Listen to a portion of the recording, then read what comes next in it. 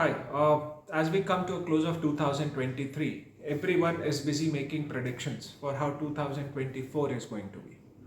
I want to make it a little different. Let's look out 10 years into the future and see how 2034 is going to be for the Indian economy. Here are my 10 bold predictions for the next 10 years.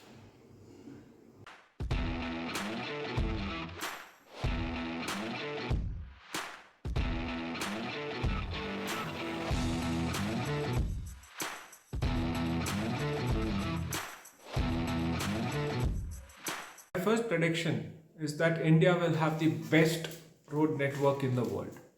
India already has the second largest network after USA, and China remains third in terms of overall road length available in the country. But where we lack majorly is express highways, 4 lane, 6 lane, 8 lane, and even more. While US has 93,000 kilometers of express highways, China has 1.7 lakh kilometer. We have only about 7,000 kilometers. All that is going to change in the next 10 years. My prediction is that we will have at least 2 lakh kilometers of express highways, and we will have the best road network in the world when we compare it to the per square kilometer area of the country. My second prediction for 2034 is that India's GDP will reach $20 trillion by that time. While estimates vary as to where our present GDP is, people say anywhere between 4 and 5 trillion dollars. I believe it will reach $20 trillion in the next 3 years simply because of one simple reason.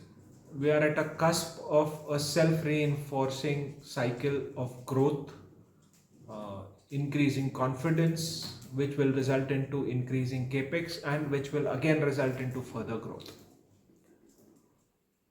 If you don't believe me, just look at the GDP numbers in the screen behind me. You see the parabolic rise in China's GDP? That is what's going to happen to India also.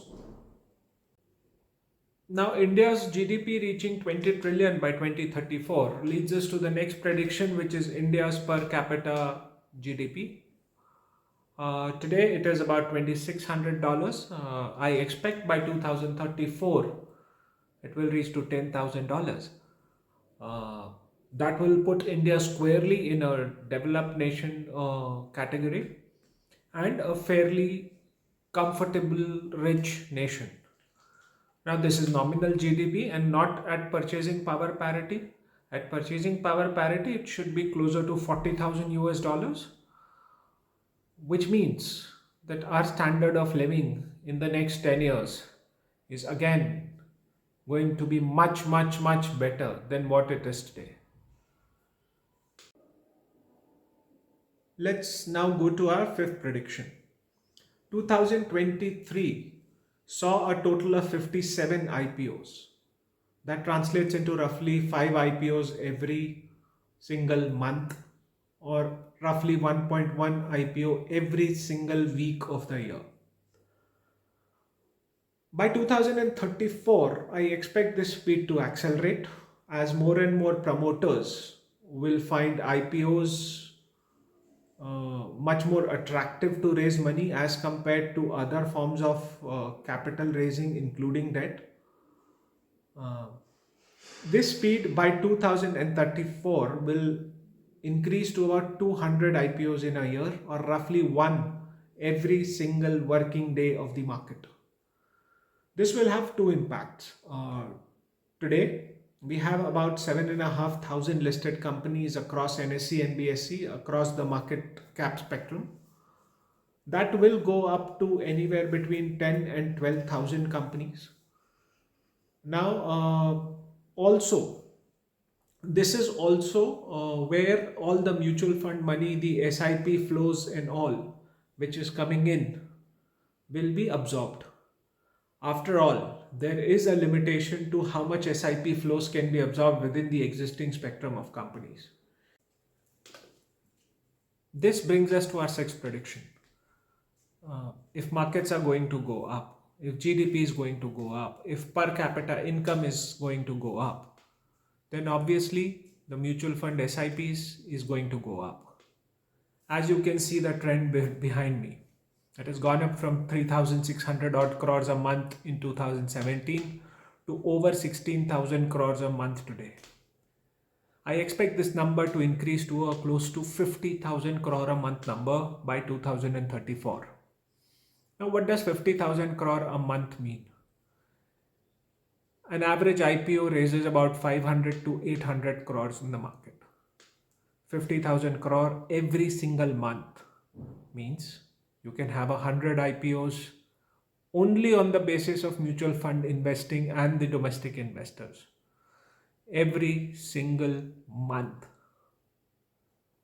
Let it sink in. You can have 100 IPOs of 500 crore each only because mutual fund investors and SIP flows of 50,000 crore a month is coming in. Rest, you're smart enough. This brings us to the next prediction. If India's financial markets is going to evolve and grow at the pace which we have just discussed, it but follows that India's companies will climb up the ladders in the world's most important companies and large companies. Today, India has about 56 companies in the Forbes 2000 list, which roughly translates into a 2.5% share within that list. I expect that number to go up to at least 15%. It means that we will have at least 300 odd companies in that list by 2034. Most of it will be banks, financial companies. There will be, of course, companies like Reliance and Tata Motors. And of course, there will be insurers which will be there. I also expect at least a few new age companies to become a part of the list. Too early to predict, but yes, 300 companies in Forbes 2000 by 2034. This brings us to our seventh prediction. With markets growing, with so much wealth being generated, India will have at least 25 people in the Forbes 100 richest of the world list. A fun fact, the first entry into this list was as early as 2019. Before that, not even a single Indian was a part of that list. In the top 10, Mr. Mukesh Ambani was the first one in, followed by Mr. Adani, and of course, the relative positions keep on changing, but the point remains that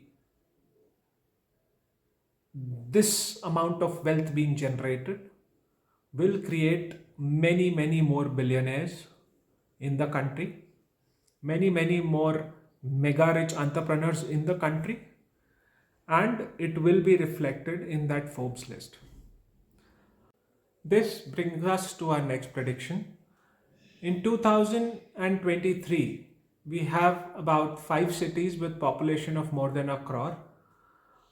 And if we include 2 more cities, Pune and Ahmedabad, then a total of 7 large economic centers with population of close to a crore or more. In 2034, I believe India will have close to 20 mega cities, up from current 6. 2-3 simple reasons. One, as cities develop, they have certain limitations in terms of their management, the area, the sizes, and so on and so forth. The real estate becomes expensive. So does the cost of living. With time, we also need different engines of growth. A lot of these new cities will be port cities, and a lot of these cities will be closer to the economic and political capitals of the states as they develop. So going forward, the next bold prediction, 2034, 20 megacities in India, up from current 6. The first 8 predictions were all positive predictions of what my expectations are with the Indian economy for the next 10 years. But can the journey be as smooth as a straight upward trajectory? No, it can never be. So this here are my predictions, two of them, of some setbacks which we can expect, and the way I see this is being an eternal optimist. They will present us with certain very, very good opportunities for long term wealth creation. The first prediction, or the ninth prediction for 2034, and the first negative prediction, is that we will have at least two major crashes in the span of next 10 years. Now, why am I saying two major crashes? History tells us that crashes happen regularly in a span of anywhere between 6 and 10 years. And if we see the trends as of late, the crashes have been accelerating and coming at an accelerated pace to us. So, the way I see this is from today till 2034. The last major crash was COVID in 2020. So we'll have 14 years from there and at least two major crashes in the same period. Now, how does that benefit us as investors? Uh, had someone invested in COVID low, today they would have been sitting on 3 times their money.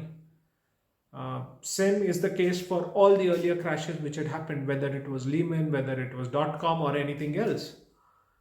Same thing will apply in the next crash also. So for the ones who are prepared, it will be an opportunity to make generational wealth. My last and least favorite prediction for the next 10 years is the distinct possibility of a war in our neighborhood. Whether India is involved or not, I cannot say, but with our whatever is going on with China and Taiwan, China's constant issues with Japan, North Korea and its internal issues and external issues, and the arbitrary decisions taken by the leader there, with Pakistan getting into more and more difficult position economically and the army getting more and more desperate. The possibility of war is very, very imminent, very, very real. The Indian government on its part is strengthening its military, its fighting prowess, its navy and its air force. But the possibility of war remains a very, very real threat. With this, I personally hope it doesn't come to a war, that diplomacy prevails, that better sense prevails.